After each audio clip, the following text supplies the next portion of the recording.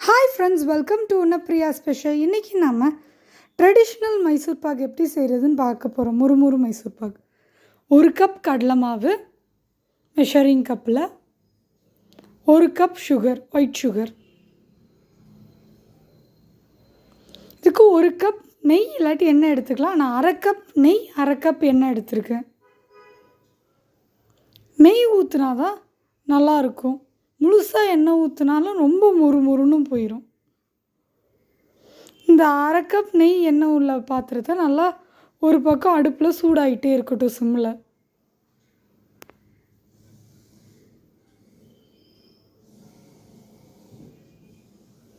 இன்னொரு அடுப்பில் அந்த 1 கப் சுகர் எடுத்து வச்சுருந்தாலும் அதை உள்ளே சேர்த்துட்டு 1/4 கப் தண்ணி சேர்த்துக்கோங்க. நமக்கு இது ஒரு கம்பி பதம் வரணும். அந்த அளவுக்கு நல்லா வர வரைக்கும் விட்டுருங்க.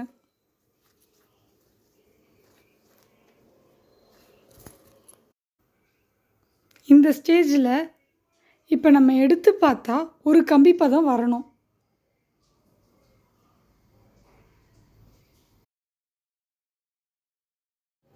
இந்த ஸ்டேஜில் எடுத்து நம்ம 2 விரலுக்கும் நடுவில் வச்சு ஒரு சிறு கம்பி பதம் வந்துட்டால் இது ரெடி ஆயிடுச்சுன்னு அர்த்தம். பாருங்கள், இந்த மாதிரி கம்பி பதம் வரணும். இப்போ மாவை கொஞ்சம் கொஞ்சமாக கொட்டி நல்லா மிக்ஸ் பண்ணி விட்டுருங்க. இப்போ மாவும் சுகர் சிரப்பும் சேர்ந்த உடனே நம்ம நெய்யை ஒவ்வொரு கரண்டியாக எடுத்து ஊற்ற வேண்டியதான்.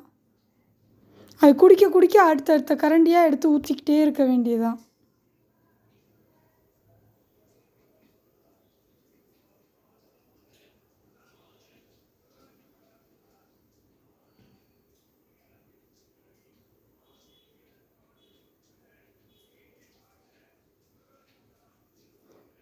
எனக்கு கடைசியாக ஒரு கரண்டி நெய் எண்ணெய் மிஞ்சிருச்சு.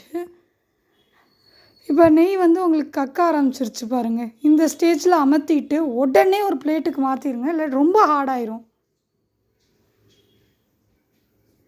இப்போ ஒரு லெவல் மட்டும் பண்ணி விட்டுட்டு கோடு போட்டுருங்க இப்போயே, இல்லாட்டி அதுக்கப்புறம் கோடே போட வராது. நான் இந்த மாதிரி ஸ்கொயர் கேக் டீனில் தான் ஊற்றுனேன். உங்கள்கிட்ட எந்த ஷேப்பில் இருக்கோ அந்த ஷேப்பு உள்ள பாத்திரத்தில் ஊற்றிடுங்க. அவ்வளோதான், ரெடி ஆயிடுச்சு. இது ஒரு 5 நிமிஷம் சூடு ஆறுனதுக்கப்புறம் வேறு ஒரு பிளேட்டுக்கு இதை கவுத்தா அப்படியே கொட்டிடும். சூடு நல்லா ஆறிடுச்சு. இப்போ ஒரு பிளேட்டில் மாற்றிடுவோம்.